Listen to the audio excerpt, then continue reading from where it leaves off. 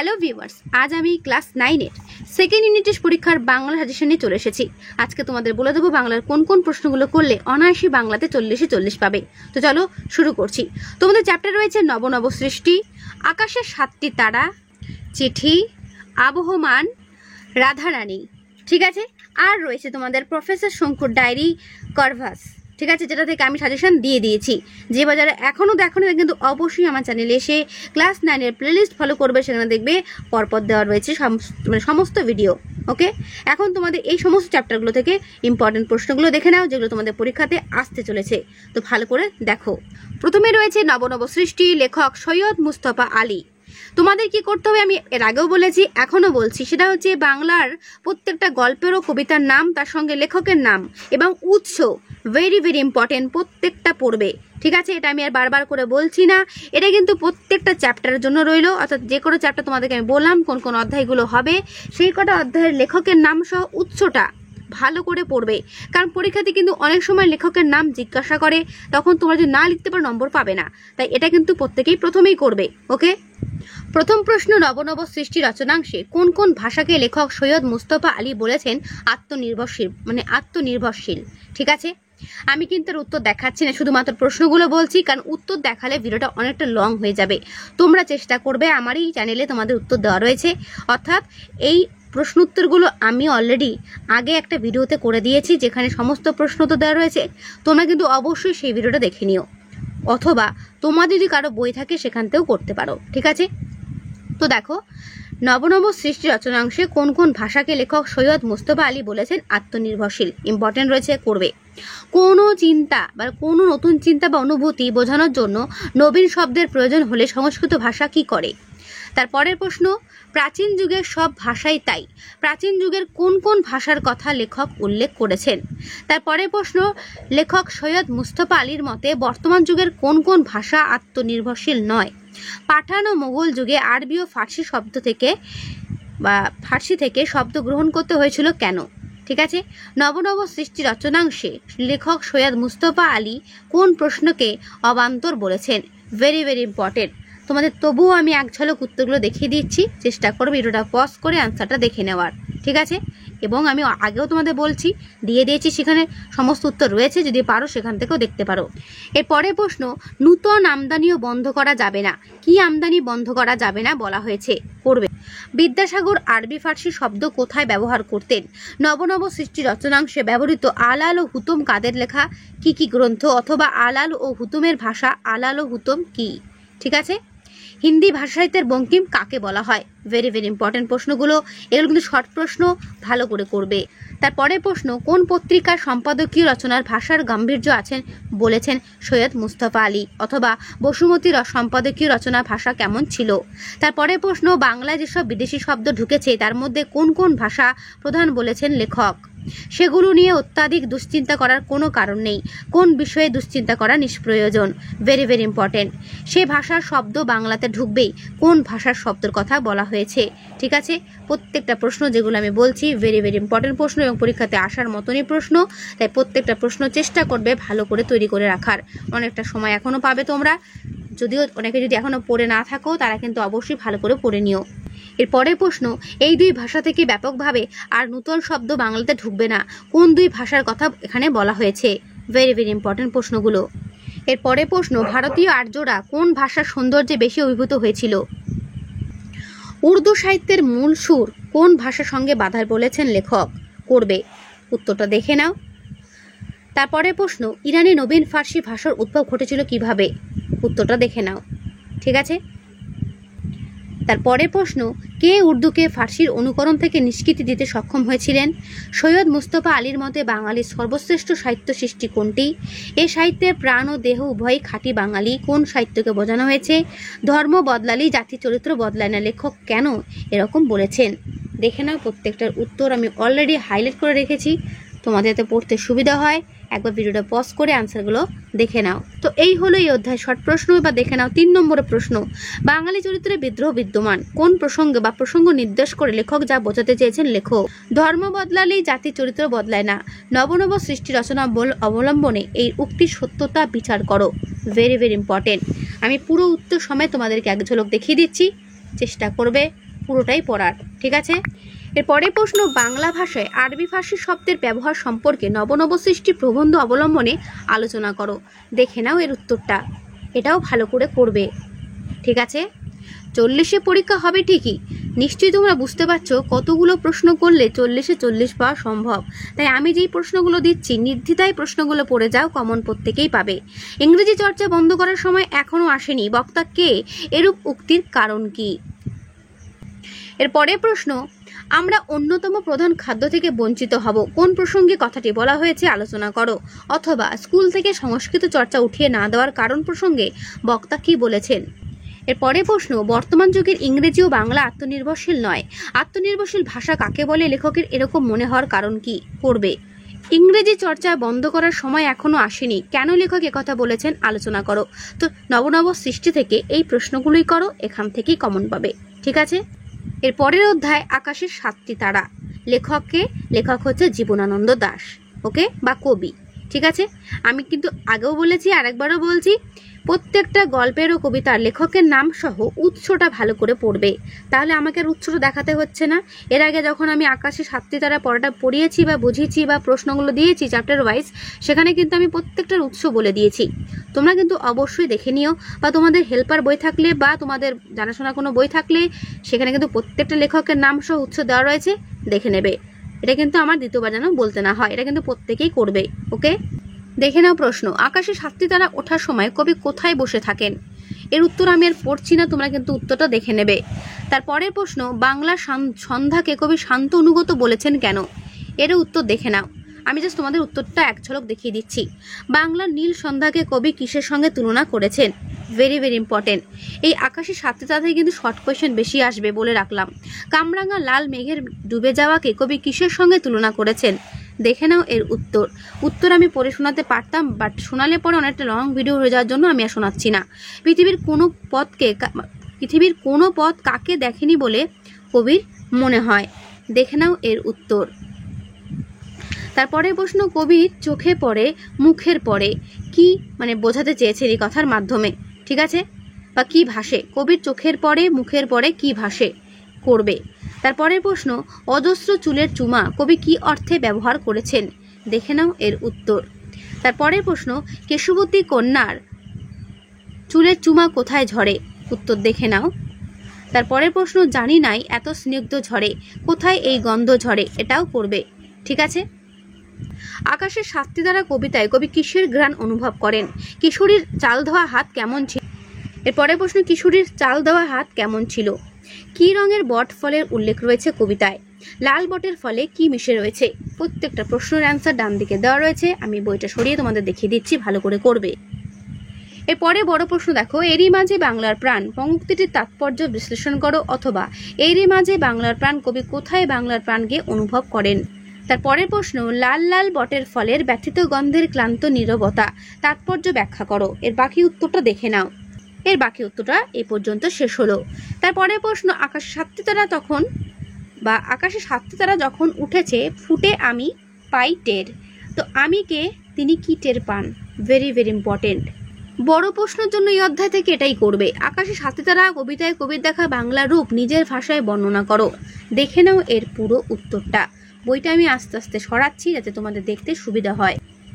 আসিয়াছে শান্ত অনুগত বাংলার নীল সন্ধ্যা, কবি বাংলা সন্ধ্যাকে শান্ত অনুগত নীল কেন বলেছেন?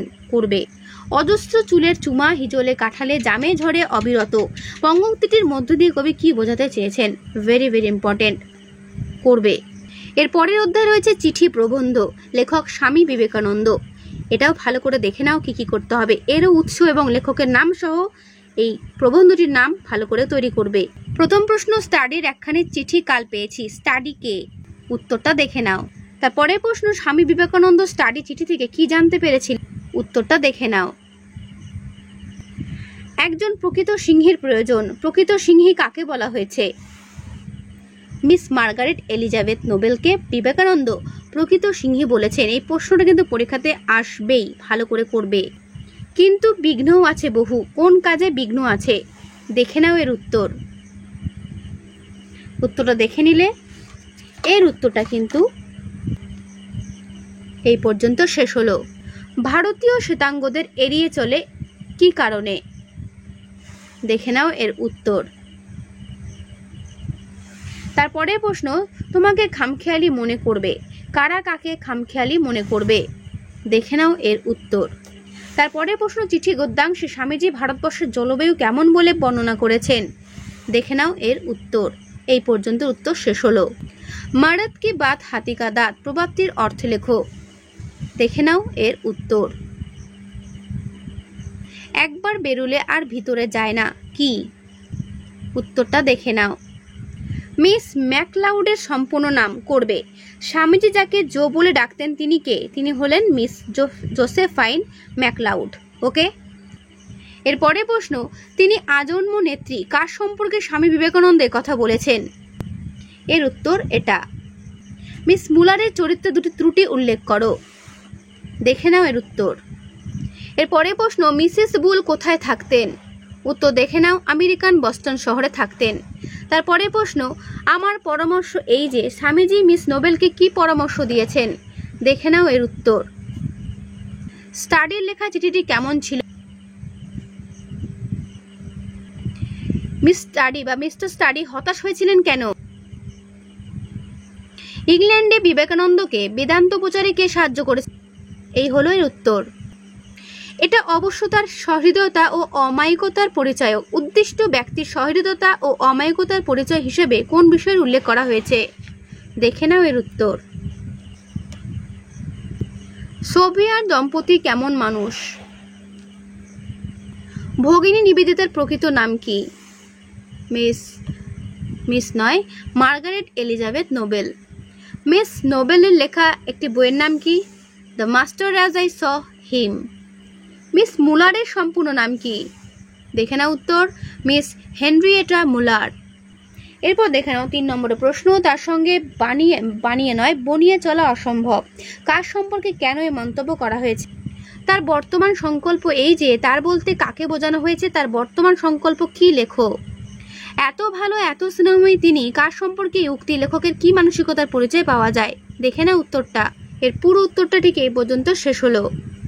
তোমাকে একটু সাবধান করা দরকার। কাকে কেন সাবধান করা দরকার? কি বিষয়ে সাবধান করা দরকার করবে? দেখে নাও বাকি উত্তরটা। আমি বইটা আস্তে আস্তে সরাচ্ছি, দেখে নেবে। এরপরে প্রশ্ন, যে নিজের পায়ে দাঁড়াতে পারে তার সবই সুষ্ঠুভাবে সম্পন্ন হয়। প্রসঙ্গ উল্লেখ করো এবং উক্তিটি তাৎপর্য লেখো। দেখে নাও এর বাকি উত্তরটা। ঠিক আছে,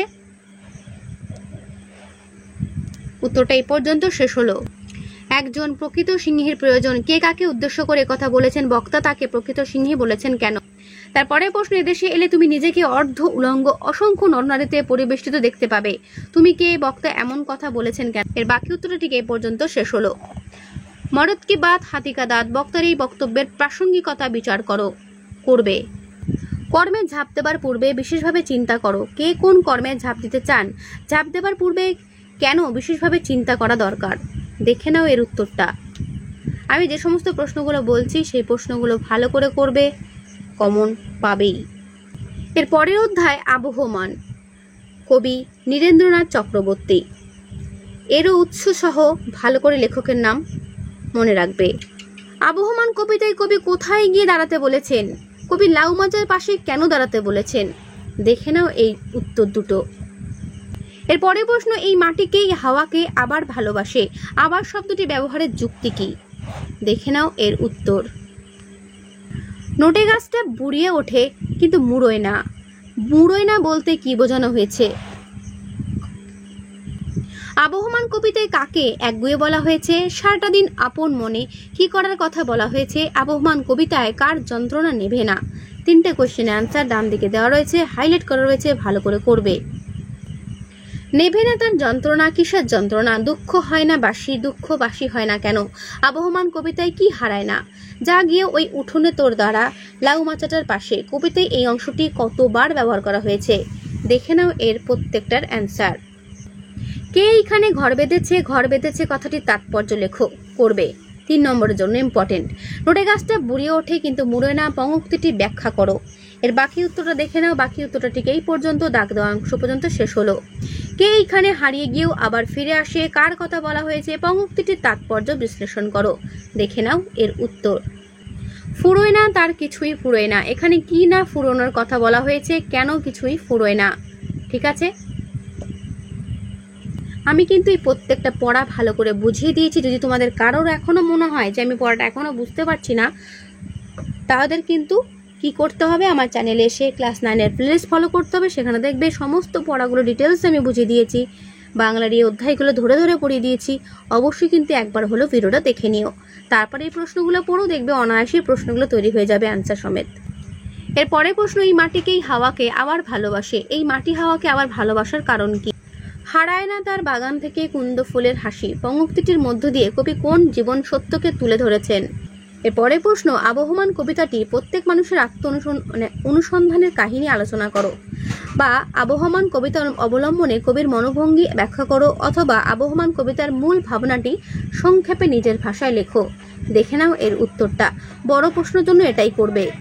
এর পরের অধ্যায় রয়েছে রাধারানী, লেখক বঙ্কিমচন্দ্র চট্টোপাধ্যায়, ঠিক আছে? এরও তাই উৎস সমেত ভালো করে পড়বে। প্রথম প্রশ্ন, রাধারানী কোথায় রথ দেখতে গিয়েছিল? উত্তর ডান দিকে দেওয়া রয়েছে, দেখে নেবে। রাধারানীদের সম্পত্তির অর্থমূল্য কত ছিল? প্রায় 10 লক্ষ টাকা। রাধারানীর মা কখন অসুস্থ হয়ে পড়েছিলেন? দেখতেই পাচ্ছ উত্তর। রাধারানীর গল্পে কোন মাসের উল্লেখ আছে? উত্তর দেখে নাও। রাধারানী মায়ের পথ্যের জন্য কি করেছিল? এরও উত্তর দেখে নাও। প্রত্যেকটা উত্তরগুলো সব ডান দিকে রয়েছে, দেখে নেবে। তারপরের প্রশ্ন, রাধারানী একা রথের মেলায় গিয়েছিল কেন? দেখে নাও এর উত্তর। চেষ্টা করো ভিডিওটা পজ করে অ্যান্সারটা দেখে নেওয়ার, ঠিক আছে? রথের হাট শীঘ্র ভাঙিয়ে গেল কেন? করবে। মালা কেহ কিনিল না, মালা না কেনার কারণ কি ছিল? করবে। তারপরে প্রশ্ন, লোক আর জমিল না, কোথায় লোক জমেনি? করবে। রাধারানী রোদন বন্ধ করিয়া বলিল, রাধারানী কি বলেছিল? রাধারানী রোদন বন্ধ করিয়া বলিল, রাধারানী কি বলেছিল? করবে, ঠিক আছে? তারপরের প্রশ্ন, রাধারানী বড় বালিকা, কিভাবে এই ধারণা হয়েছিল? করবে। প্রত্যেকটার উত্তর এখানে খুব সুন্দরভাবে দেওয়া রয়েছে। তারপরের প্রশ্ন, এখনো বালিকার হৃদয়ের মধ্যে লুকায়িত আছে, কি লুকায়িত আছে? করবে। তারপরে প্রশ্ন, আমি এক ছড়া মালা খুঁজিতেছিলাম, পথিক চরিত্রটি মালার সন্ধান করছিল কেন? করবে। তারপরে প্রশ্ন, রাধারানীর আনন্দ হইল, রাধারানীর আনন্দের কারণ কি? দেখো আমি যে সমস্ত শর্ট প্রশ্নগুলো বলছি এগুলো প্রত্যেকটাই কিন্তু পরীক্ষায় আসার মতো, ঠিক আছে? তাই চেষ্টা করবে এগুলো ভালো করে তৈরি করে যাওয়ার। আমি চাই তোমরা প্রত্যেকেই বাংলায় 40-এ 40 নম্বর পাও, একটা নম্বর যেন তোমাদের বাদ না যায়। তাই যেগুলো দিচ্ছি ভালো করে পড়ে যাও। সমবি পাহাড়ি মালার দাম কত দিয়েছিলেন? উত্তর দেখে নাও। তারপরে প্রশ্ন, আলো জ্বালিয়ে রাধারানী দেখিল, কি দেখল? করবে। আমরাও ভিখারি হইয়াছি, বক্তা কেন এমন উক্তি করেছেন? করবে। তারপরে প্রশ্ন, পোড়ার মুখ কাপড়ে মিনছে, কাকে বলা হয়েছে? এটা কিন্তু পরীক্ষাতে আসবেই, এই কোশ্চেনটা ভালো করে করবে। পদ্মলোচন রাধারানীকে কি কাপড় এনে দিয়েছিল? দেখে নাও এর উত্তর। তারপরের প্রশ্ন, কাপুরে মিনসে রাধারানীর পিতার সময় কিরূপ মুনাফা নিতেন? দেখে নাও এর উত্তর। রাধারানীর প্রাপ্ত টাকা ভাঙিয়ে কি করেছিল? তারপরে প্রশ্ন, রাধারানী ঘর ঝাড় দিতে গিয়ে কি খুঁজে পেয়েছিল? রাধারানীর কুড়িয়ে পাওয়া নোটে কি লেখা ছিল? তো এই হচ্ছে রাধারানী থেকে শর্ট প্রশ্ন। এরপর দেখে নাও 3 নম্বরের প্রশ্ন, মোকদ্দমাটি বিধবা হাইকোর্টে হারিল, কি নিয়ে মোকদ্দমা ও তাতে হেরে বিধবার অবস্থা কেমন হয়েছিল? করবে। কিন্তু আর আহারের সংস্থান রহিল না, এই সংস্থান না থাকার কারণ আলোচনা করো, অথবা রাধারানীর মার দৈন্যদশার কারণ কি? করবে। অগত্যা রাধারানী কাঁদিতে কাঁদিতে ফিরিল, রাধারানীর কেঁদে কেঁদে ফেরার কারণ ব্যাখ্যা করো। কণ্ঠস্বর শুনিয়া রাধারানীর রোদন বন্ধ হইল, কার কণ্ঠস্বর শুনে কেন রাধারানীর রোদন বন্ধ হয়েছিল? তোমাদের 3 নম্বর 5 নম্বর সবই কিন্তু মিলিয়ে দেওয়া হচ্ছে, তাই ভালো করে দেখবে। অগত্যা রাধারানী কাঁদিতে কাঁদিতে ফিরিল, রাধারানী কোথা থেকে ফিরল, সে কাঁদছিল কেন? ভেরি ভেরি ইম্পর্টেন্ট এই প্রশ্নটি, ভালো করে করবে। আলো জ্বালিয়ে রাধারানী দেখিল টাকা বটে, পয়সা নহে, রাধারানীকে কখন সে আলো জ্বেলে উক্ত ঘটনাটি দেখেছিল? নোটখানি তাহারা ভাঙাইল না, নোটখানি কারা কেন ভাঙালো না? পদ্মলোচন ইহাদের কাছে সুপরিচিত, পদ্মলোচন কাদের কাছে কেন সুপরিচিত? করবে। রাধারানী মানে গল্পাংশের পথিক চরিত্রটি আলোচনা করো। ভেরি ভেরি ইম্পর্টেন্ট, ঠিক আছে, করবে। তো তোমাদের এই হলো Bangla suggestion second unit test পরীক্ষার জন্য। যে যে প্রশ্নগুলো আমি দিচ্ছি বা দিয়েছি সেগুলো ভালো করে করবে, প্রত্যেকেই ভালো মার্কস পাবে, ঠিক আছে। আর হলো তোমাদের বাংলার ব্যাকরণ ও করভাস থেকে আমি সাজেশন দিয়ে দিয়েছি। তোমাদের যে সম্প্রসারণ ও ভাবার্থ যেটা তোমাদের রয়েছে সেগুলোও আমি দিয়ে দিয়েছি। অবশ্যই কিন্তু আমার চ্যানেলে এসে ক্লাস 9-এর প্লেলিস্ট ফলো করবে, মানে সেখানে সমস্ত কিছু দেখতে পাবে, ঠিক আছে। ভালো করে বলছি, মনে রাখবে ক্লাস 9-এর প্লেলিস্ট, সেখানে দেখতে হবে সমস্ত কিছু পরপর দেওয়া রয়েছে, পেয়ে যাবে, ওকে। আর তোমাদের রয়েছে ব্যাকরণ সাজেশন আমি খুব শিগগির দিয়ে দেবো, অবশ্যই কিন্তু পেয়ে যাবে। তো আজকের ভিডিওটা আমি এখানে শেষ করছি। কেমন লাগলো অবশ্যই কমেন্টে জানিও, ভালো লাগলে লাইক ও বন্ধুদের কাছে অবশ্যই শেয়ার করে দিও। তো আজকে এখানেই, দেখা হবে নেক্সট ভিডিওতে। ভালো থেকো সবাই।